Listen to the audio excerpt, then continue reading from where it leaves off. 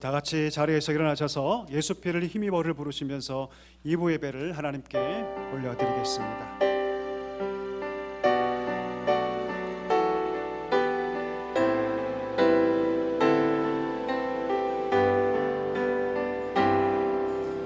주의 보좌로 나아갈 때에 어떻게 나가야 할까?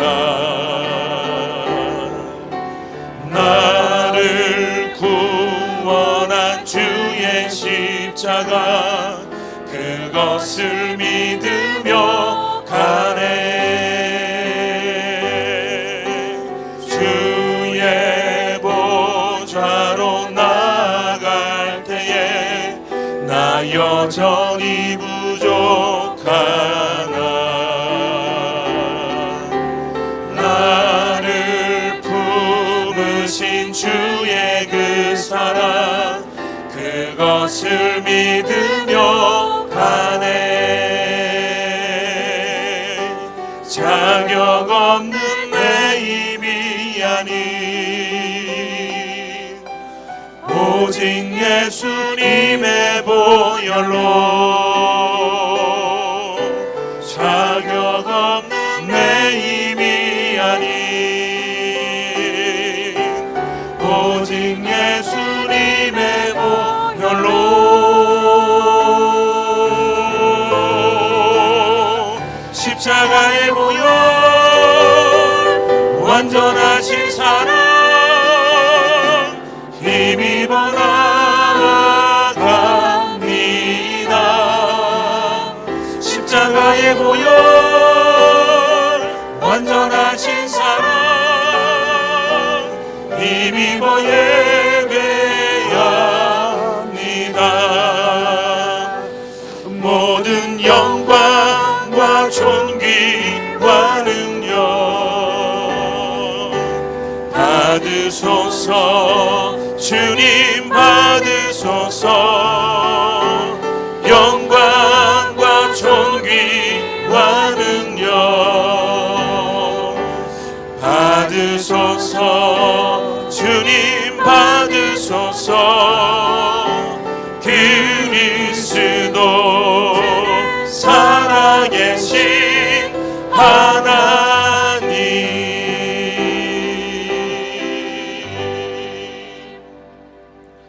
사도신경으로 우리의 신앙을 고백하겠습니다. 전능하사 천지를 만드신 하나님 아버지를 내가 믿사오며 그 외아들 우리 주 예수 그리스도를 믿사오니 이는 성령으로 잉태하사 동정녀 마리아에게 나시고 본디오 빌라도에게 고난을 받으사 십자가에 못 박혀 죽으시고 장사한 지 사흘 만에 죽은 자 가운데서 다시 살아나시며 하늘에 오르사 전능하신 하나님 우편에 앉아 계시다가 저희로서 산자와 죽은 자를 심판하러 오시리라. 성령을 믿사오며 거룩한 공회와 성도가 서로 교통하는 것과 죄를 사하여 주시는 것과 몸이 다시 사는 것과 영원히 사는 것을 믿사옵나이다. 아멘. 사랑하는 성도 여러분, 하나님은 통회하고 자복하는 자에게 은혜를 베풀어 주십니다. 이 시간 하나님 앞에 정결한 심령으로 서기 위해서 우리의 죄를 고백하며 주 앞에 나아가기를 원합니다. 그리고 이 예배가 영과 진리로 드려진 예배가 되도록 이 예배를 통해서 온전히 새로워져서 오직 하나님만 사랑하는 성도, 높이는 성도, 하나님만 기쁘시게 하는 우리 사랑교회가 될 수 있도록 함께 기도하기를 원합니다. 우리 함께 기도하겠습니다. 하나님 아버지 감사합니다. 저희를 사랑하여 주시고 오늘도 이 예배를 기억하며 주 앞에 나오게 하시니 참으로 감사합니다. 한 주의 삶을 돌아봅니다. 주의 마음을 아프게 했던 것들 하나님 아버지 이 시간 가지고 나아갑니다. 우리 모든 실패와 실수와 아픔들, 우리 모든 죄악들을 하나님 깨끗하게 도말하여 주시고 일단 우리의 심령을 새롭게 하여 주시옵소서. 우리는 주 앞에 약한 자이오니 우리를 강하게 하여 주시고 이 시간 질그릇 같은 우리가 주 앞에 나아가 하나님의 은혜를 구하오니 주의 성령으로 충만하게 하여 주옵소서. 이 예배가 온전히 하나님께 상달되는 거룩한 예배가 되기를 소망합니다. 우리 마음이 주를 찾고 우리 마음이 주를 구하며 믿음으로 드려진 예배가 되기를 소망하오니 하나님 함께하여 주옵소서. 이 예배를 통해서 우리 가운데 새 창조의 역사가 충만하게 임하게 해주시고 하나님의 능력과 은혜가 임하는 복된 예배가 되게 하여 주옵소서. 우리의 심령이 새로워지며 세상에서 살면서 주의 나라를 살며 하나님 말씀을 따라 걸어가며 하나님의 능력을 따라 걸어갈 수 있는 복된 성도들 다 되게 하여 주옵소서. 이 마지막 때에 정말 하나님이 기뻐하시는 교회가 될 수 있도록 주의 뜻을 이루며 주의 사명을 이루는 교회가 될 수 있도록 하나님 역사하여 주시옵소서. 은혜를 더하여 주시옵소서. 자리에 앉아 주시기 바랍니다. 우리를 대표해서 강창규 장로님께서 기도해 주시겠습니다.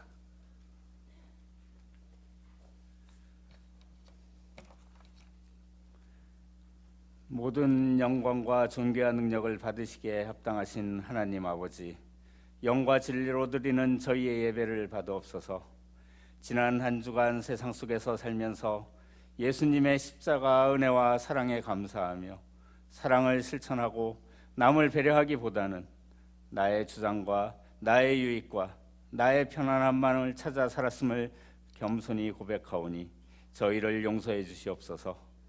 십자가를 홀로 지신 사랑의 예수님을 바라보게 하시고 십자가 보혈의 은혜에 감사에 감사를 더하게 하옵소서. 저희가 저희 자신을 부인하고 자기 십자가를 지고 주님의 뒤를 따르는 사순절 기간이 되게 하시고 어려움에 처한 이웃을 돌아보고 그들을 위해 기도하는 한 주간이 될 수 있도록 축복하여 주옵소서. 살아서 역사하시는 하나님, 이 나라와 땅이 분열과 혼란 가운데 있습니다. 믿는 자들이 먼저 기도하게 하시고 죄 없이 죄를 짊어지신 예수님의 보혈로 저희의 죄를 사하여 주시고 치유하여 주옵소서. 나를 위한 기도가 아닌 하나님의 의와 나라를 먼저 구하는 기도로 대한민국의 복음이 다시 살아나고 은혜와 평강이 차고 넘치는 축복을 내려주옵소서. 사랑의 하나님, 사랑교회가 세상의 빛과 소금의 역할을 능히 감당하게 하시고 기도와 찬양이 멈추지 않고 매일매일 새롭게 믿음이 자라나게 하시어 복음으로 사람을 살리고 사랑으로 세상을 섬기는 교회가 되기를 간구합니다. 주님의 사랑과 은혜 가운데에서 영유아에서 노년까지 한 가족 같은 믿음의 공동체가 되게 하옵소서.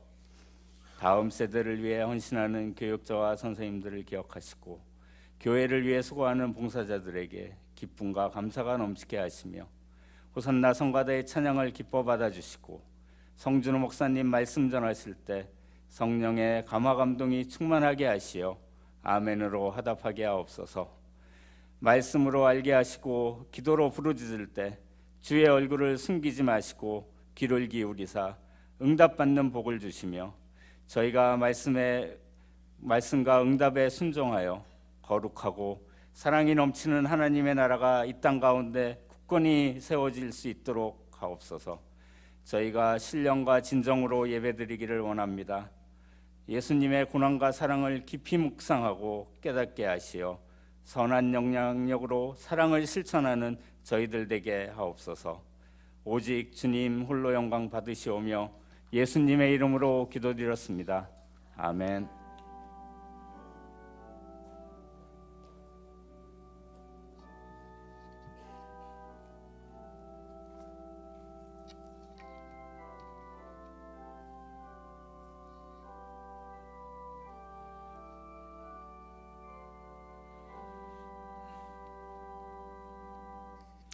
찬송가 334장 1절을 누림으로 봉헌을 준비하도록 하겠습니다.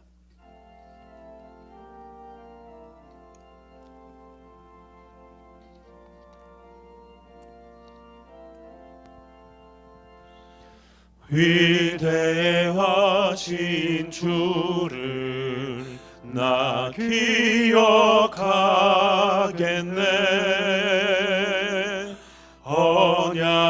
언약하신 대로 날 인도하시네. 저 단비와 같은 은혜 늘 내려주시니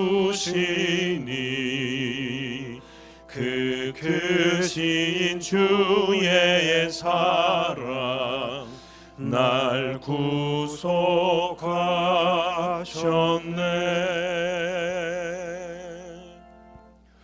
은혜가 풍성하신 하나님 아버지, 저희를 사랑하여 주시고 삶의 자리마다 하나님의 은혜로 채우시니 참으로 감사합니다. 그 은혜의 기억을 가지고 주 앞에 귀한 예물을 올려드리오니 이 예물을 기뻐 받아 주옵소서. 이 예물을 통해서 하나님의 나라가 확장되게 하시고 이 땅에 고통받는 자들이 이 예물이 쓰이는 곳마다 하나님을 기억하며 말씀을 듣고 복음을 통해 주 앞에 돌아오는 놀라운 역사 있게 하여 주시옵소서. 예물을 쓰는 자들의 손을 깨끗하게 하시고 늘 주님 앞에서 정직하게 사용할 때 하나님의 역사가 나타나게 하여 주시옵소서. 귀한 마음도 담아 하나님께 올려드리오니 하나님 응답하시고 모든 삶의 자리마다 풍성하신 은혜로 함께하여 주옵소서. 예수님의 이름으로 감사하며 기도하옵나이다. 아멘. 우리 2절과 3절을 찬양하시면서 우리 봉헌하도록 하겠습니다.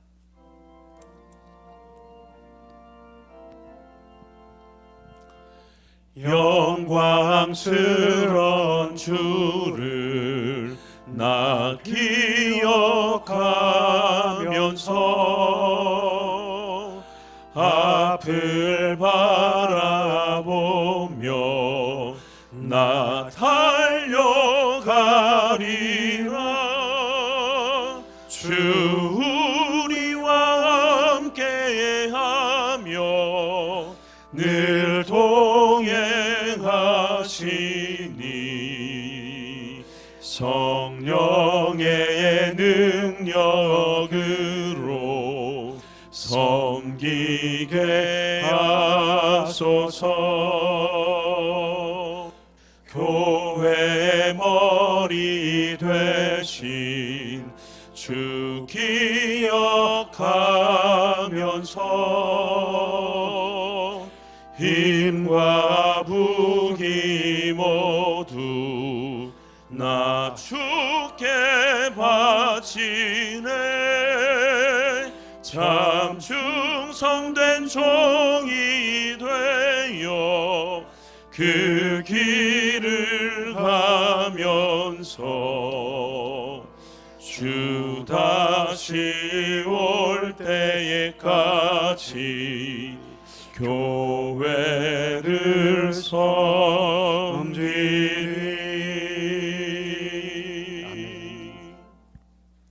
오늘 우리에게 주신 하나님 말씀은 로마서 1장 16절과 17절 말씀입니다. 로마서 1장 16절과 17절 말씀입니다. 우리 짧은 구절이니까요, 우리 함께 우리 말씀을 합독하도록 하겠습니다.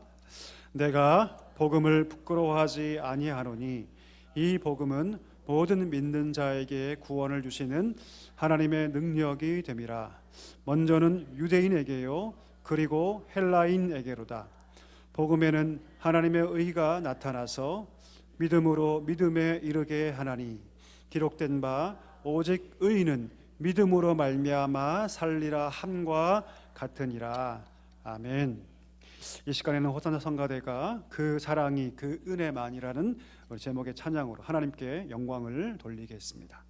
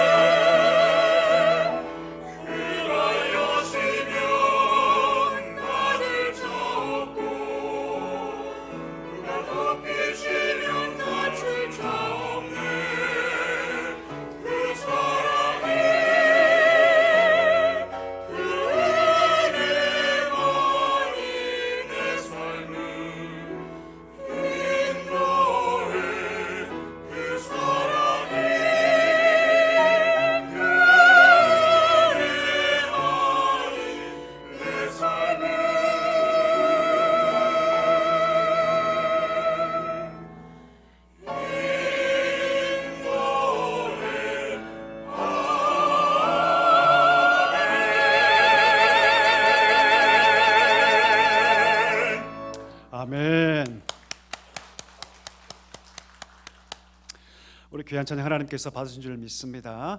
우리 서로에게 한번 인사하실까요? 사랑합니다. 축복합니다. 잘 오셨습니다. 인사하겠습니다. 사랑합니다. 축복합니다. 잘 오셨습니다. 우리 교회 소식 함께 나누겠습니다. 오늘 2부 예배에 참석하신 우리 모든 성도님들을 주님의 이름으로 환영하고 축복합니다. 오늘 처음 나오신 분이 계시다면 우리 꼭 등록해 주시고 풍성한 우리 성도의 교제로 함께 해 주시면 감사하겠습니다. 우리가 지금 사순절 기간을 보내고 있습니다. 3월 30일 토요일까지 사순절 기간인데요. 특별히 이 기간은 예수님의 삶과 고난 그리고 부활을 깊이 묵상하는 기간입니다. 특별히 누가복음 1독 잘 하고 계신가요? 꼭 하고 계시길 바라고요. 특별히 그 가운데 있는 예수님의 생애, 예수님의 삶에 대해서 좀 집중하면서 복음서를 읽으면 큰 은혜가 있을 거라고 생각합니다. 대신방 계속 진행 중에 있습니다. 대신방을 통해서 각 가정이 말씀으로 세워지고 은혜로 세워지기를 소망하는데요. 제가 항상 기도하고 여러분 신방합니다. 꼭 한 가지라도 꼭 기도 제목들을 미리 우리 부목사님께 제출해 주시면 감사하겠습니다. 이제 고난주간이 다가오고 있습니다. 우리 고난주간 특별 새벽 기도회가 있는데요. 3월 25일 월요일부터 27일 수요일까지 구원 그 아름다운 영광이라는 주제로 우리 고난주간 특별 새벽 기도회가 진행됩니다. 꼭 기억해 주시고 예수님의 고난에 동참하는 마음으로 함께 참여해 주시기를 바랍니다. 우리 부활주일 계란 나눔 행사가 있습니다. 우리 부활을 기념하기 위해서 계란 나눔 행사를 진행하고자 하는데요. 각 목장별로 준비해 주시고요. 우리 한 판씩 30개 한 판씩 24일까지 제출해 주시면 감사하겠습니다. 우리 강남 어머니 기도회가 이제 이번 주부터 시작이 됩니다. 사랑하는 자녀들을 위해서 또 손자 손녀들을 위해서 드리는 기도 결코 헛되지 않는 줄 믿습니다. 우리 꼭 기도에 참여해 주시고 그냥 기도하는 것이 아니라 다음 페이지 보시면 이런 교제를 가지고 함께 말씀을 나누고 그 말씀을 따라서 이렇게 기도하는 시간을 갖습니다. 기억해 주시고요. 매주 화요일 오전 10시 우리 유승부실에서 진행이 되니까 기억해 주시면 좋겠습니다. 우리 가스펠로드 어린이 전도가 이번 주부터 시작이 됐습니다. 우리 새학기가 시작돼서 매주 수요일마다 어린 영혼들에게 복음 전하고 있는데 우리 사진 한번 볼까요? 이렇게 이제 행사 그 활동 중심으로 아이들이 오면 아이들과 함께 관계를 맺고 또 삶을 나누고 또 여러 가지 활동들을 하면서 그들에게 교회도 소개하고 또 복음도 이렇게 소개하는 그런 일을 하고 있습니다. 계속 기도로 동참해 주시기를 바라고요. 어린 영혼들이 하나님께 돌아오도록 열심으로 또 기도해 주시면 감사하겠습니다. 새벽 예배 장소가 변경이 됩니다. 내일부터요. 우리 장소가 우리 본당에서 2층 겟세마네 홀로 변경이 됩니다. 월요일부터 금요일까지고요. 토요일은 기존대로 우리 토요비전 새벽기도회는 본당에서 드려지니까요. 우리 착오 없으시기를 바랍니다. 우리 암송하겠습니다. 암송 열심히 잘 해오셨죠? 믿습니다. 우리 지난주 말씀 쉬운 말씀이고 우리가 익숙한 말씀인데 제가 하나님 말씀하면 함께 배우겠습니다. 하나님의 말씀 기도 아무것도 염려하지 말고 다만 모든 일에 기도와 간구로 너희 구할 것을 감사함으로 하나님께 아뢰라. 그리하면 모든 지각에 뛰어난 하나님의 평강이 그리스도 예수 안에서 너희 마음과 생각을 지키시리라. 빌립보서 4장 6절 7절 말씀. 아멘. 아멘. 어떤 분들이 그러시더라고요. 목사님 왜 화면으로 안 띄워주세요? 화면 띄우면 큰일 납니다, 여러분. 일부러 안 띄워드리는 거예요, 여러분. 아시죠? 자, 다음 주 말씀 한번 읽어보겠습니다. 다음 주 말씀 여러분 역대 가장 짧습니다. 한번 같이 읽어볼까요? 교제 두세 사람이 내 이름으로 모인 곳에는 나도 그들 중에 이 말씀을 못 외우면 큰일 납니다, 여러분. 큰일 나요. 이렇게 짧은 말씀 무조건 외우셔야 합니다. 다음 주에도 말씀을 잘 암송해 주시면 감사하겠습니다. 우리 기도하고 말씀 함께 나누겠습니다. 하나님 아버지 감사합니다. 오늘도 우리를 부르시고 예배자로 세우시니 참으로 감사합니다. 주님은 우리의 중심을 살피시오니 우리가 마음으로 예배하게 해주시고 중심으로 온 마음과 정성으로 예배하게 하여 주옵소서. 이 시간 말씀을 들을 때 우리 영이 깨어나게 해주시고 말씀에 집중할 때 이 말씀이 우리 삶에 역사하는 은혜도 허락하여 주시옵소서. 부족한 종을 세우셨습니다. 담대하게 해주시고 오직 하나님 말씀만을 선포할 수 있도록 주님 인도하여 주옵소서. 예수님의 이름으로 감사하며 기도하옵나이다. 아멘. 오늘 여러분과 함께 복음이 우리를 살게 합니다, 이런 제목으로 말씀 함께 나누겠습니다. 여러분, 한 가지 질문을 한번 드려볼까요? 여러분은 복음이면 충분하다고 생각하십니까? 복음이면 충분하다, 어떠십니까?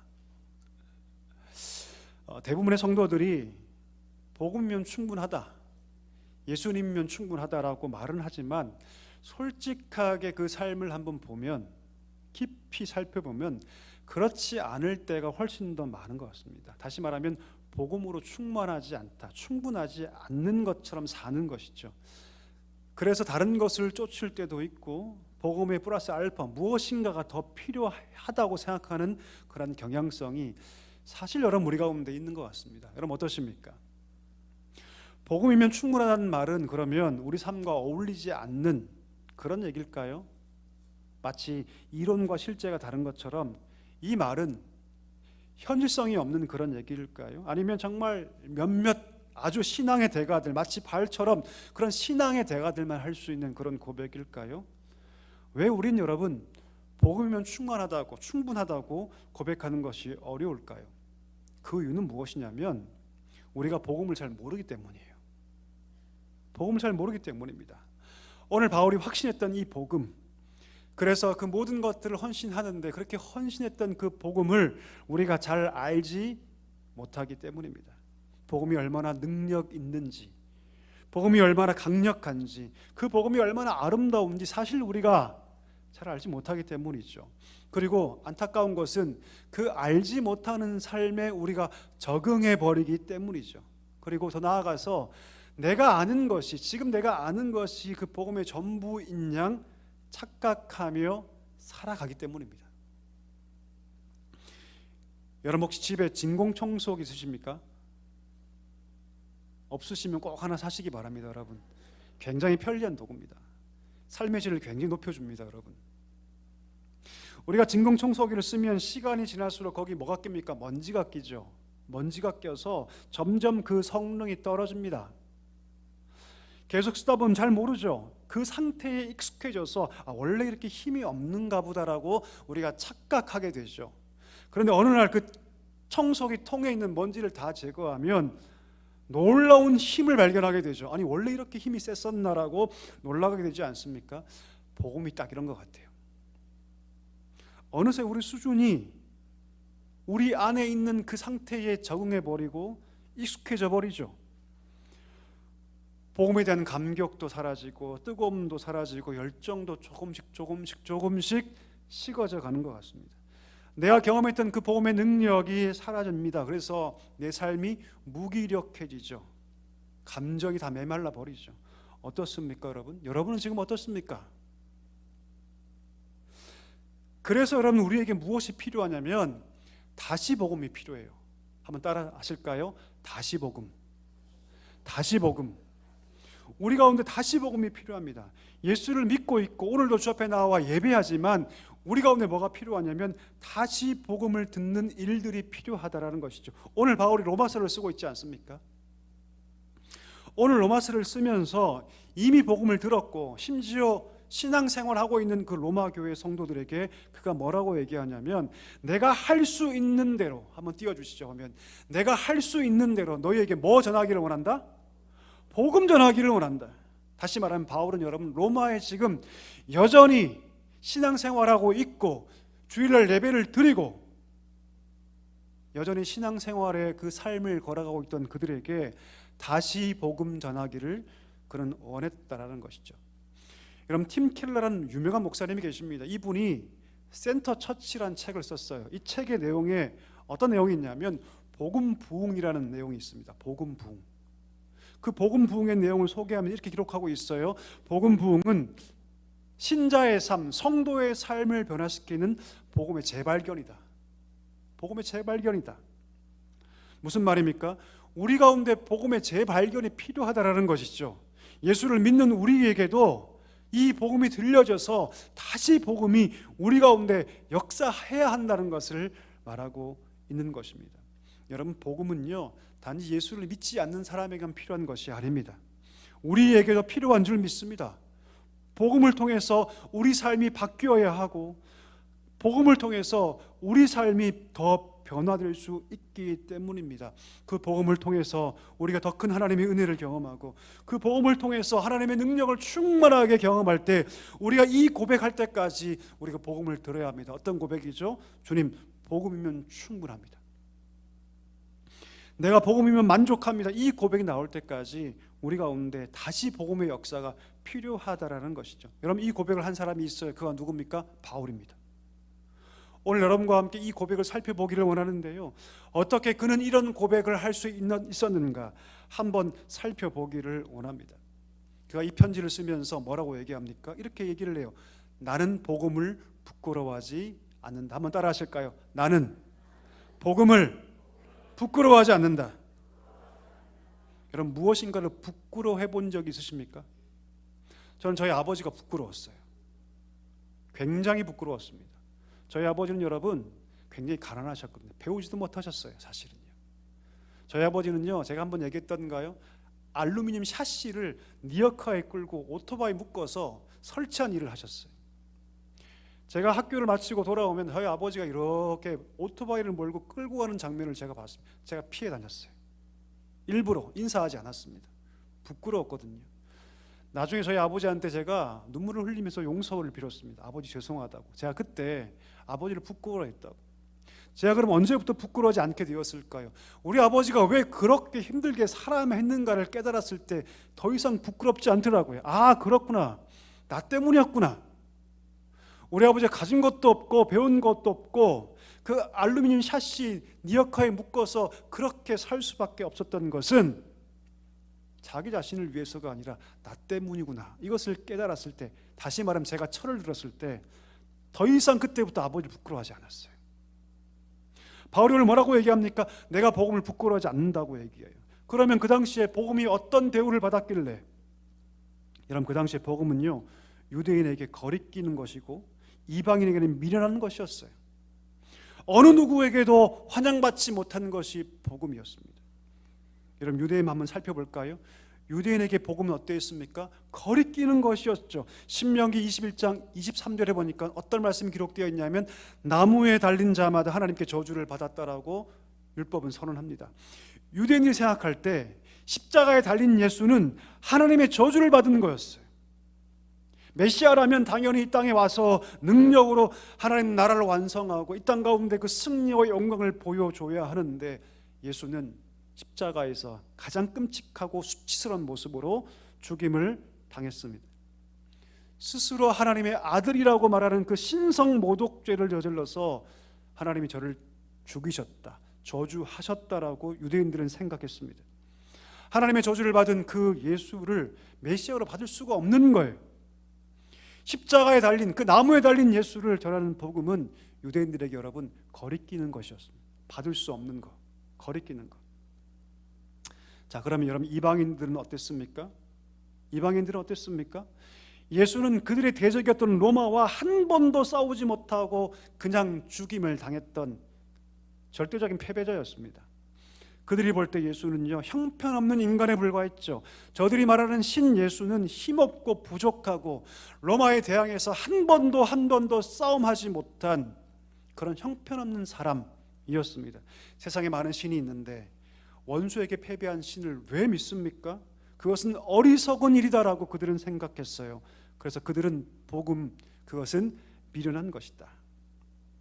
이런 상황에서 여러분, 복음을 받는 것은요, 쉬운 일이 아니었습니다.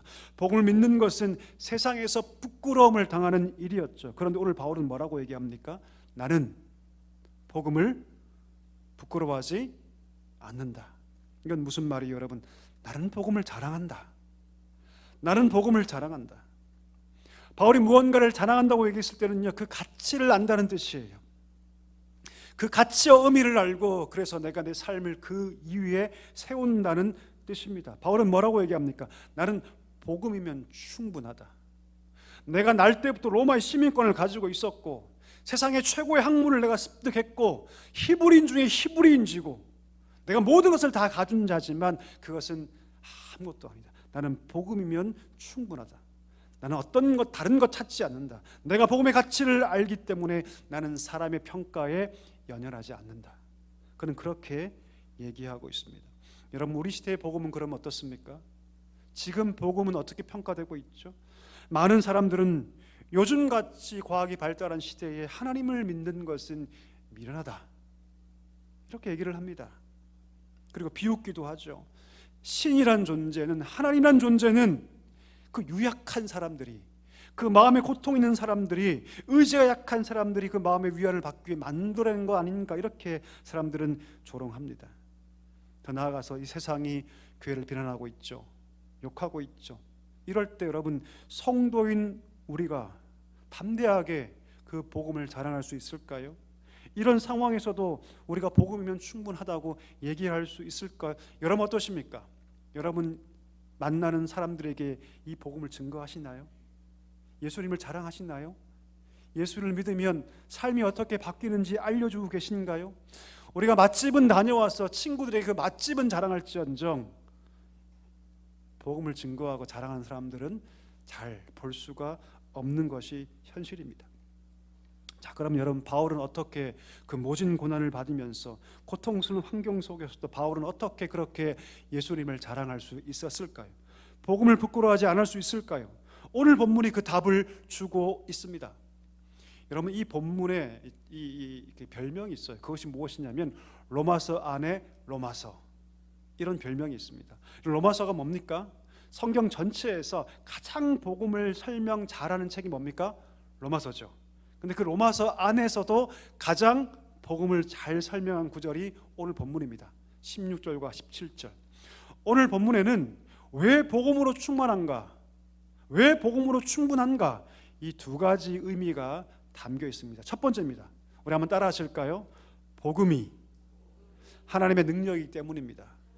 우리 한 번 더 따라 합시다. 복음이 하나님의 능력이기 때문입니다. 여러분 믿으십니까? 아멘이십니까? 우리 16절 한번 읽어볼까요? 같이 읽습니다. 내가 복음을 부끄러워하지 아니하노니 이 복음은 모든 믿는 자에게 구원을 주시는 하나님의 능력이 됨이라. 먼저는 유대인에게요, 그리고 헬라인에게로다. 할렐루야. 바울이 오늘 복음을 부끄러워진 이유가 바로 여기 있습니다. 복음은 모든 믿는 자에게 구원을 주시는 하나님의 능력이 있기 때문입니다. 그럼 복음이 무엇입니까? 복음은 하나님의 능력이에요. 그것이 복음이냐 복음이 아니냐를 구분짓는 것은 무엇입니까? 말에 화려함이 있지 않습니다. 언변에 화려함이 있는 것이 아니라 그 구분은 무엇으로 구별되냐면 능력으로 구별돼요. 참 복음에는요, 사람을 구원하는 하나님의 능력이 있습니다. 아무리 겉으로 대단해 보이고 아무리 말이 화려하고 아무리 말을 잘해도 거기에 구원의 능력이 없으면 아무것도 아닌 것이죠. 여러분, 유대인들이 그렇게 수백 년 동안 따랐던 그 율법들, 그 율법은 결코 사람을 구원하지 못했습니다. 이방인들이 따랐던 그 신화들, 그 철학들, 지혜들, 결코 사람을 구원할 수 없었습니다. 왜 복음이 능력이 있습니까? 그 복음 안에 사람을 살리는 능력이 있기 때문인 줄 믿습니다. 여러분, 이 능력이 그리스도를 살렸고 이 능력이 저와 여러분을 살린 줄 믿습니다. 복음 안에 뭐가 담겨 있습니까? 생명의 능력이 담겨 있는 줄 믿습니다. 여러분, 혹시 혈액형 뭔지 아시죠? 예, 혈액형. 자기 혈액형 다 알고 계시죠? 그렇죠? 병원에 가면 여러분 가장 먼저 체크하는 게 뭔지 아십니까? 혈액형이에요. 왜 그럴까요? 잘못 혈액을 그 몸에 주입하면 큰일 나기 때문이죠. 그렇죠? 이 혈액형을 처음 발견하고 수혈법을 가장 처음으로 확립한 사람이 누구냐면 오스트리아의 병리학자였던 카를 란트슈타이너라는 사람이에요. 이름도 어려워요, 여러분. 카를 란트슈타이너. 이 사람이 노벨상을 받잖아요. 1901년도에 이 혈액형을 발견합니다.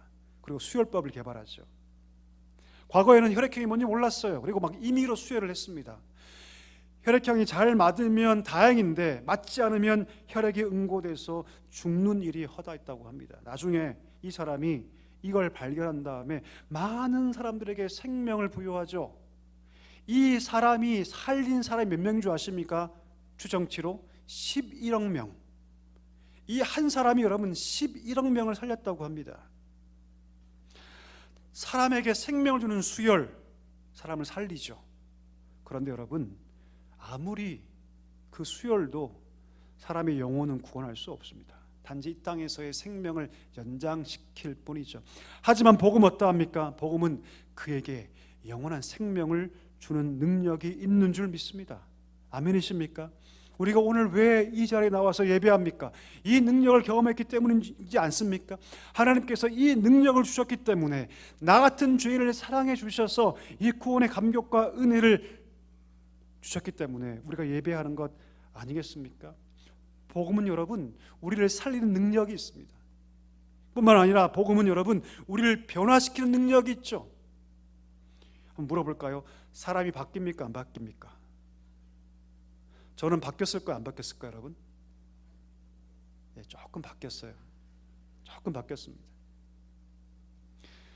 세상 사람들은 이렇게 말합니다. 사람들 안 변한다고. 예, 맞는 것 같아요. 진짜 보면 진짜 안 바뀌는 것 같아요. 사람은 정말 변하기 쉽지 않습니다. 3살 버릇 어디까지 간다? 80까지 간다. 자기 버릇 누구에게 못 준다? 예, 개라고 하면 좀 이상하니까 멍멍이에게 못 준다. 이런 말 하죠, 여러분. 그 말이 맞는 것 같아요. 우리 집에서 우리 아이들 바꾸려고 얼마나 노력합니까? 잘 바뀝니까, 여러분? 잘 안 바뀌어요. 우리 남편과 아내들 서로 바꾸기 위해서 얼마나 싸웁니까? 이 자리에 제 아내가 없으니까 하는 말인데 저 엄청 싸웠거든요. 정말 피 튀기게 싸웠습니다. 신혼 초에. 얼마나 싸운지 몰라요, 여러분. 진짜로. 바뀌었을까요, 여러분? 저는 바뀌었을까요?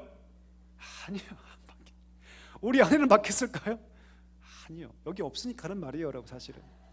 그럼 왜 살까요? 그냥 인정하고 받는 거죠. 그냥 그렇게 인정해 주는 거죠. 아, 다르구나. 아, 다른 사람이었구나. 인정해 주는 거죠, 그냥. 그래서 사는 거죠. 근데 여러분, 복음을 받으면요, 진짜 그 마음 가운데 복음을 받으면요, 사람은 바뀌기 시작합니다. 왜요? 복음은요, 사람을 살리기도 하고 살린 그 사람을 변화시키기 때문이다. 복음 속에서 그리스도를 만나고 그분을 닮아가기 시작합니다. 이게 복음의 능력이에요. 조금도 바뀌지 않았던 사람, 그 사람이 복음을 경험하고 그 복음 속에서 그리스도를 만나면 예수님을 닮아가고자 노력합니다. 그의 감정이 바뀌기 시작하고요, 그의 시선이 바뀌기 시작하고 그의 행동이 바뀌기 시작합니다. 복음에는 그런 능력이 있습니다. 여러분, 왜 복음이면 충분합니까? 그 안에 사람을 살리고 그 안에 사람을 변화시키는 능력이 있기 때문인 줄 믿습니다.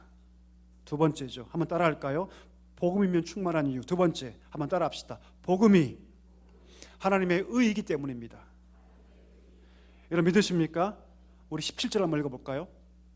같이 읽습니다.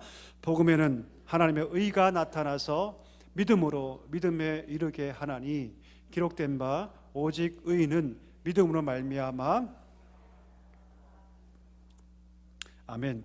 뭐라고 얘기합니까? 복음에 뭐가 나타났다? 하나님의 의가 나타났다. 하나님의 의가 계시되었다. 완전히 드러났다. 하나님의 의가 무엇인지 복음 안에는 분명하게, 명확하게, 완벽하게 그 복음 안에 하나님의 의가 나타났다라고 얘기합니다. 그럼 여러분 한번 질문해 볼까요? 하나님의 의가 뭡니까 그러면? 복음 안에 하나님의 의가 명확하게 계시되어 있는데 그 의가 뭡니까? 그 의를 우리가 쉽게 얘기하면 하나님의 뜻이라고 해석할 수 있습니다. 하나님의 뜻, 다시 말하면 하나님이 희망하시는 것, 하나님께서 바라시는 것, 이것이 뭡니까? 하나님의 뜻이에요. 하나님의 의.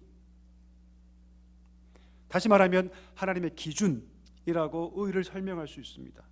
의의 반대말이 뭡니까 여러분? 뭡니까? 죄죠, 죄.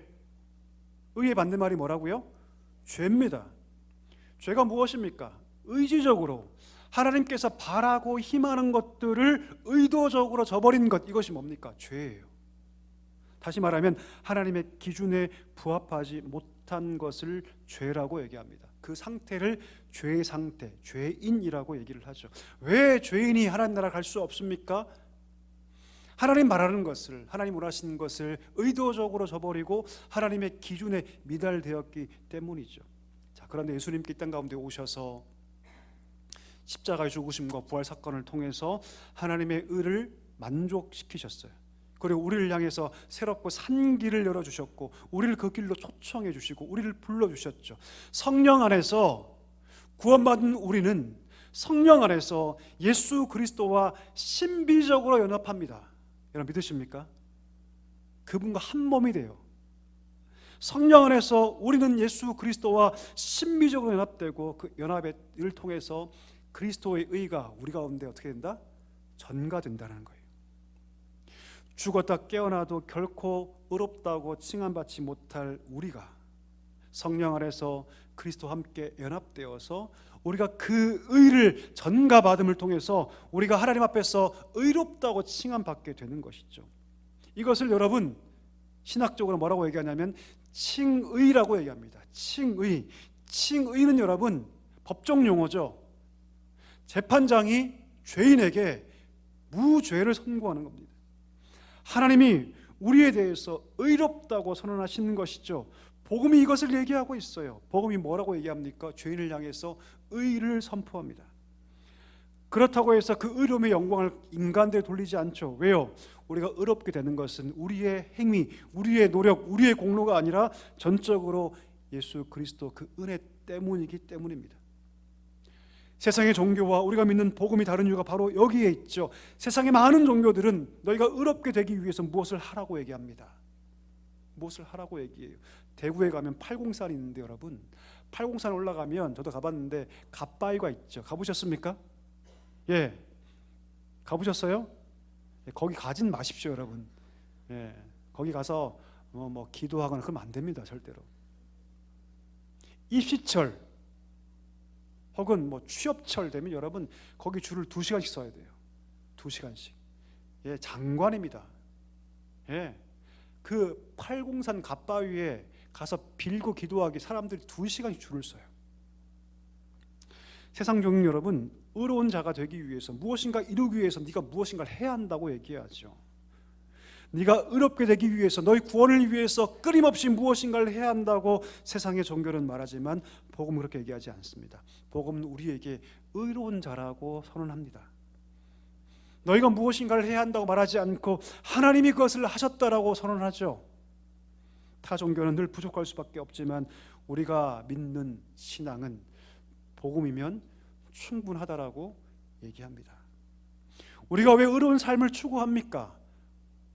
우리가 왜 하나님 뜻을 추구하죠? 그것은 그 행위를 통해서 우리 구원을 완성하기 위해서가 아니라 우리를 의롭다고 말씀하시는 그 하나님 앞에서 의롭게 된 자로서 그 삶을 추구할 뿐이죠. 그 행위를 통해서 우리가 구원을 취득하는 것이 아니라 하나님의 그 사랑을 알기에, 그 은혜를 알기에 우리를 의롭다고 말씀하시는 그 하나님의 선언에 합당한 자로 살기 위해서 계속해서 의를 추구해 가는 것이죠. 따라서 여러분, 신자의 마음 가운데 어떤 기쁨이 있냐면 이 칭의의 기쁨이 있어요. 심지어 죄 가운데 있다 할지라도 여러분 그 죄 가운데 돌이킬 수 있는 힘이 어디서 온 줄 아십니까? 그럼에도 불구하고 나를 향해서 의롭다고 말씀하시는 하나님의 선언에 있습니다. 한번 생각해 볼까요? 여러분, 구원의 근거가 나에게 있다면, 칭의의 근거가 내 행위에 있다면 우리가 범죄하는 그 순간 우리의 구원은 어그러지기 시작합니다. 흔들리기 시작하죠. 그러나 우리가 믿는 복음은 그렇게 말하지 않습니다. 우리의 근거, 우리의 칭의의 근거가 내게 있는 것이 아니라 누구에게 있다? 예수 그리스도께 있다라고 말합니다. 그러니 여러분, 이것이 복음이죠. 기쁜 소식이죠. 여러분, 축복합니다. 여러분 안에 이 복음의 기쁨이 충만하기를 축원합니다. 여러분, 이 칭의의 기쁨, 이 생명의 역사를 누리기 위해서 조건이 있어요. 성경은 조건이 있다고 얘기합니다. 그것은 무엇이냐면 모든 자에게 하나님께서 무조건적으로 이 생명의 능력과 변화의 능력과 의의 기쁨을 주시는 것이 아니라 조건이 있다고 얘기해요. 내가 오랫동안 교회에 나와서 무조건 이 은혜를 누리는 것이 아니에요, 여러분. 거기는 반드시 준비가 필요하고 조건이 있습니다. 그 조건이 무엇인 줄 아십니까? 믿음이라고 얘기해요. 믿음. 하나님 누구에게 이 능력과 이 변화의 능력과 의의 기쁨을 주십니까? 믿는 자에게 주십니다. 믿는 자에게. 모든 믿는 자에게 구원을 주신 하나님의 능력이 됨이라. 할렐루야. 여러분, 내 몸은 교회에 와 있지만, 내 몸은 여러분 교회에 와 있지만 믿지 않을 수 있습니다. 우리가 그분을 믿을 때 이게 진짜가 되고 실제가 된다고 성경은 얘기하고 있습니다. 여러분, 하박국 2장 4절 말씀, 유명한 말씀이죠. 한번 읽어볼까요? 같이 읽습니다. 보라, 그의 마음은 교만하여 그 속에서 정직하지 못하나 의인은 그의 믿음으로 말미암아 살리라. 할렐루야. 구원하신 하나님의 그 능력을 경험하는 것, 하나님의 그 변화의 역사를 경험하는 것, 오늘 말씀하신 그 칭의의 기쁨을 누리는 것은 여러분 믿는 자만이 가능합니다. 믿는 자만이 가능해요. 유대인이라고 해서, 날 때부터 유대인이라고 해서 무조건 주어지는 것이 아니에요. 이방인이라고 주어지는 것이 아닙니다. 남자와 여자든 부하든 가난하든 나이가 많든 적든 그 조건 될 수 없습니다. 복음은 유일하게 여러분 평등하고 오직 믿음으로 이 복음을 받는 자만이 그 능력을 누린다고 말하고 있는 거예요. 여러분, 이 믿음이 우리 가운데 있습니까? 어떻습니까? 로마서 10장 9절 말씀 한번 읽어볼까요? 같이 읽습니다. 내가 만일 내 입으로 예수를 주로 시인하며 또 하나님께서 그를 죽은 자 가운데서 살리신 것을 내 마음에 믿으면 구원을. 자, 믿음을 얘기하면서 우리 하나님께서 하나의 표현을 덧붙이시죠. 네 마음으로 뭐하면? 믿으면. 자, 믿음은 어떻게 믿는 것이다? 마음으로 믿는 것이다. 하나님 믿되 뭘로 믿어라? 마음으로 믿어라. 차가운 머리로 믿는 것이 아니라 무엇으로 믿어야 한다? 마음으로 믿어야 한다. 왜 이렇게 말씀하실까요? 마음이 무엇입니까? 마음은 여러분 지성과 감성과 의지가 집약되어 있는 곳이기 때문이죠. 바꿔 얘기하면 우리 마음에 복음이 들어가지 않고 우리 마음에 믿음이 역사하지 않으면 우리 지성과 감정과 의지가 바뀌지 않아요. 여러분, 설령 내가 이곳에 와 있다 할지라도 내 마음이 여전히 저기 밖에 있으면 내 감정과 의지와 생각이 바뀌지 않습니다. 왜요? 마음이 그 모든 것을 주관하기 때문이죠. 팀 켈러 목사님은 말을 합니다. 우리의 마음은 우리의 성품의 핵심이다. 우리의 마음은 우리의 헌신의 장소이다. 우리 마음은 우리 전인의 통제 센터이다라고 얘기합니다. 여러분, 차를 타보면 그 큰 차를 컨트롤하는 모든 계기판이 기껏해야 한 50cm 안에 다 들어있습니다. 통제 장소죠. 그렇죠? 예, 저 뒤에 있지 않습니다. 다 앞에 있습니다. 그와 같이 마음이 우리의 생각과 우리의 행동과 우리의 감정을 지배하기 때문이죠. 우리의 지정의가 어디 있냐면 우리 마음에 있어요. 따라서 믿을 때 마음으로 믿어야 합니다. 머리가 아니라 마음으로 믿어야 합니다. 마음으로 믿지 못하면 아무리 들어도, 아무리 지적으로 쌓아지고, 아무리 성경을 수백 번 심지어 읽어도 마음이 여러분 준비되지 않으면 믿음이 일어날 수 없어요. 역사할 수 없습니다. 아까 말한 그 생명의 역사, 변화의 역사, 의의 기쁨이 우리 가운데 실제가 될 수 없다는 것이죠. 여러분, 믿음은요 마음으로 믿는 것입니다. 우리 축복합니다. 사랑교회 모든 성도들 이 마음이 준비되기를 소망합니다. 내 마음이 식어져 있고 내 마음이 심지어 딱딱하게 굳어져 있다고 느끼신다면 여러분 그 마음을 열어야 합니다. 그 마음이 갈아엎어져야 한다는 것이죠.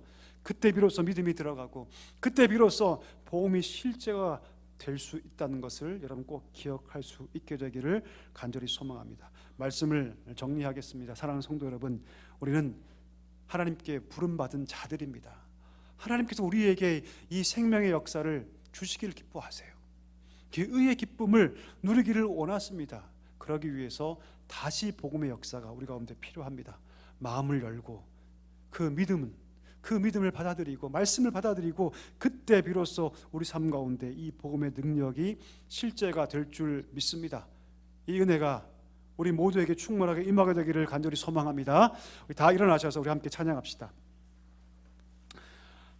오늘 말씀과 너무너무 잘 어울리는 찬양이 있는데요, 다시 복음 앞에, 이런 찬양인데 우리 가사 하나하나 묵상하고 또 되새기면서 우리 귀한 찬양 하나님께 올려드렸으면 좋겠습니다. 찬양하겠습니다. 많은 이들 말하고 많은 이들 노래는 하지만 정작 가지 않는 길 두려운 생각보다 많이 힘들고 험한 길보단 그저 말로만 가려기에 점점 멀어져 점점 멀어져만 가네. 내게 생명 주었던 그 길 점점 이용하려만 하네. 점점 이용하려 하네. 내게 생명 주었던 그 길 다시 복음 앞에 내 영혼 선에 주님 만나 그 나 다시 돌아가 주님께 예배 드리며 다시 십자가의 길 다시 한번 찬양할까요? 많은 이들 말하고 많은 이들 말하고 많은 이들 노래는 하지만 정작 가지 않는 길 두려운 생각보다 많이 힘들고 험한 길보단 그저 말로만 가려기에 점점 멀어져만 가네. 내게 생명 주었던 점점 그 길. 이용하려만 하네. 점점 이용하려 하네. 내게 사랑 주었던 그 길 다시 복음 앞에 내 영혼 선에 주님 만나 나 다시 돌아가 주님께 예배 드리며 다시 십자가의 길 걸으리. 다시 복음 앞에 내 영혼 선에 주님 만난 그때 나 다시 돌아가 주님께 예배 드리며 다시 십자가의 우리 마지막으로 길 찬양합시다. 걸으리. 다시 복음 앞에 내 영혼 선에 주님 만난 그때 나 다시 돌아가 주님께 예배 드리며 다시 십자가의 길 걸으리. 다시 십자가의 길 다시 십자가의 길 걸으리. 다시 십자가의 길 다시 십자가의 길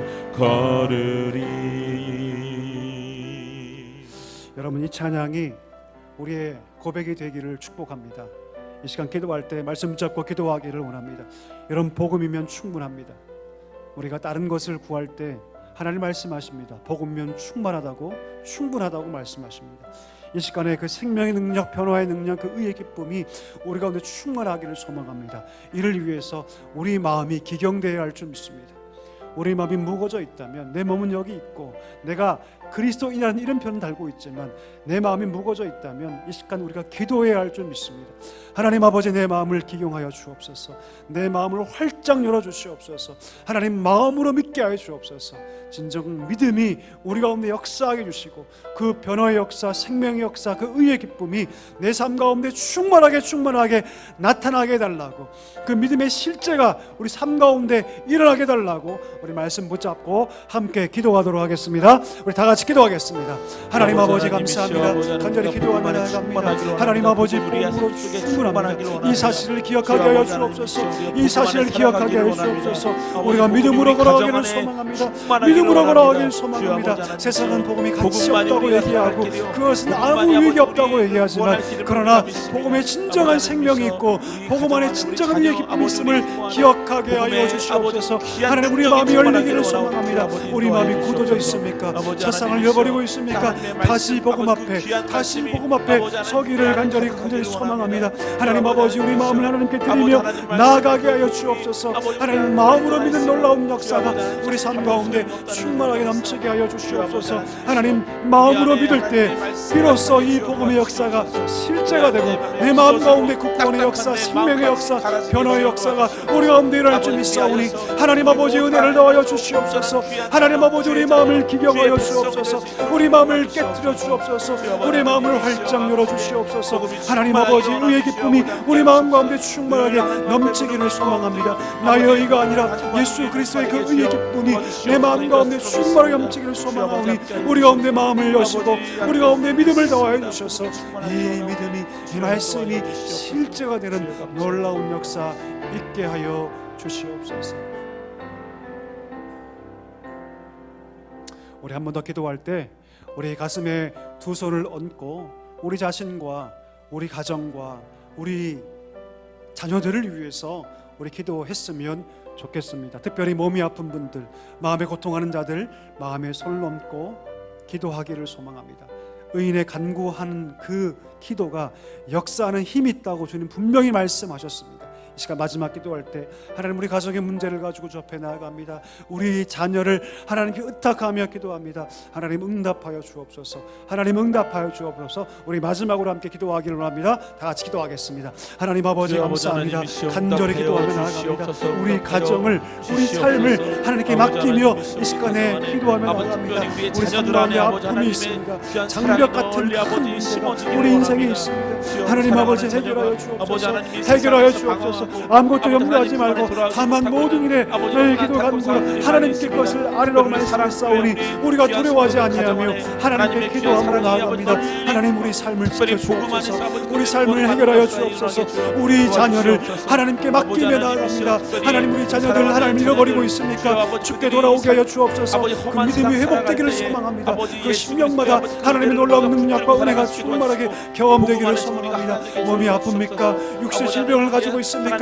하나님, 깨끗하게 치료하여 주옵소서. 깨끗하게 치료하여 주옵소서. 하나님의 능력과 은혜가 우리 가정과 우리 삶에 충만하게 부어지게 해주시고 하나님의 능력으로 새로워지는 귀한 가정, 귀한 삶이 될 수 있도록 하나님 아버지 은혜를 더하여 주시옵소서.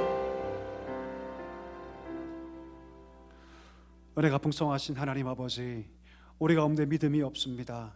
우리 마음을 기경하여 주시고 마음으로 믿는 믿음을 허락하여 주시옵소서. 그 생명의 역사, 변화의 역사, 의의 기쁨이 우리 삶 가운데 충만하게 넘치게 하여 주시옵소서. 하나님, 복음으로 충분합니다. 이 고백이 우리 삶의 고백이 되게 하여 주시옵소서. 예수님의 이름으로 감사하며 기도하옵나이다. 아멘. 지금은 우리 구주 예수 그리스도의 은혜와 하나님 아버지의 다함 없는 사랑과 성령의 위로 충만 교통하심이 하나님으로 만족하며 마음으로 믿어 복음의 실제를 경험하기를 소망하시는 사랑교회 모든 성도들과 그 가정 위에 이제와 영원까지 함께 하시기를 간절히 축원하옵나이다. 아멘.